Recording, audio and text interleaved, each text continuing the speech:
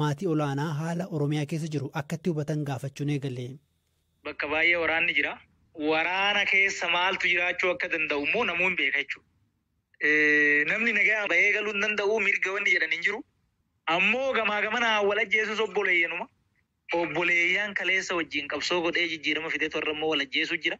Uummanni keenya waggaa 5 du'aa ture haga meeqa akka du'e lakkoofsaan meeqa akka du'e illee lakkoofnee harkaan qabnu jechuudha. Oromiyaa keessatti waan bara kamuu ta'ee hin beeknetu amma ta'uu jira jechuudha. Akka bakka bu'aa uummataa tokkotti baay'ee nama dhukkubsa. Madaan isaa baay'ee gaffagoodha. Mariin mootummaa Itoophiyaa fi waraana bilisummaa Oromoo gidduutti Taanzaaniyaatti marsaa jalqabaallee marsaa lammaffaallee tureera.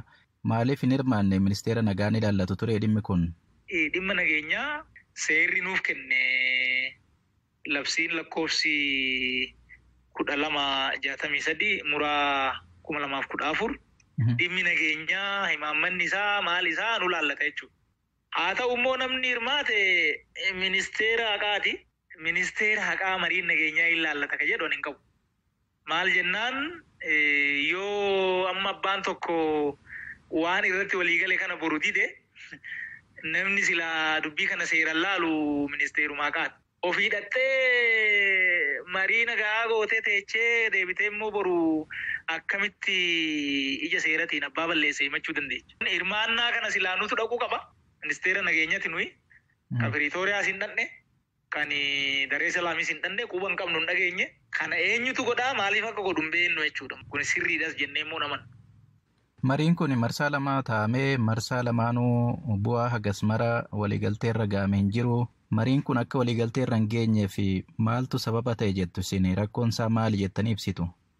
Dubbiin kun bakka hin taane nun baasuu karaa nagaa fixannuu jedhamee erga daandiin jalqabame booda akka wanni kun gufatu ka godhe mootummaa dheeree nama jechuudha. Mootummaan keessa jiru kan. Sababni isaa immoo sababa lama. Tokkoffaa mootummaan an keessa jiru kun ani mataan kiyya jaallan keenya ka biraa wajjin rakkoo keessa jirraa teenyee mari'annee furmaata goona jedhee anuu namni wajjin jiru irra deddeebiin kadhannaan mariidhaaf banaa miti manni. Marii qajeeltoo irratti hundaa'e. Waan rakkoo hiiku ka dhugaa irratti hundaa'e waan akkanaa kana gochuun hin barbaadamu. Nama waliin dhahanii gogowwoomsaniituma darbuutu barbaadama. Tokko amala kana qabu mootummaan kiyya kun. Lammaffaa immoo namichi amma marroo waraana gaara jiru warra waboo hoogganu kuni qilleensa mootummaan to'atu keessatti bakka dubbiin kun haa dhumu yoo mootummaan illee na dhaye haa du'u jedhee riiskii fudhatetti gaara keessaa bahee xayyaaraan Taanzaaniyaa deema. Kuni kutannoo agarsiisa natti. Haa ta'u garuu bariituu mariin Taanzaaniyaatti eegalame jedhamee garana ololatu oofamuu eegale jechuudha. Shanee balleessinee jirraa, absaa jirraa ha jedhu ololli ni eegale. Ololli eegaluu qofa odoo hin ta'in waraanni bakka jiru hunda waan dur hin jirretu kanaa deebi'ee waraana waggaa 5 hin dhumin yeroo marii san keessatti fixuudhaaf dhamaatiin godhame jechuudha.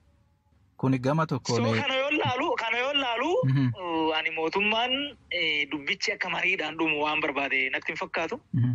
Walajjecha obboleeyyanii ka duraan ta'eefis ka ergasii as ta'aa jiruufis wanni natti akeeku numa bira rakkoon jiraa jedhee namana jechuudha.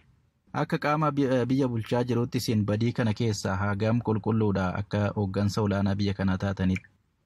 Rakkoo ga'e kanaaf anillee irraa qulqulluudha. Homaa gaxurii keessatu ani keessa hin jiru jechuun danda'u.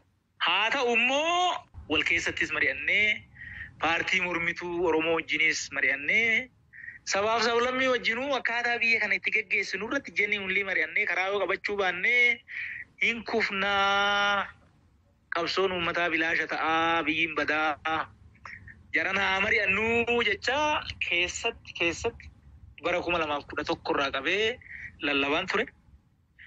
Kana namni miseensa koree giddu galeessaa ODP ta'e hunduu beeka.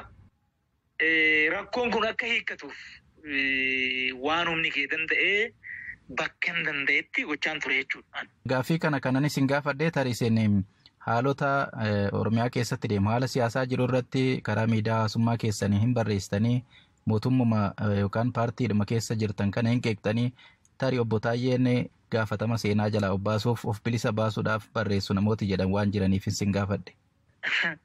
Of bilisa baasuuf wanni jedhu bishaan hin fuudhu.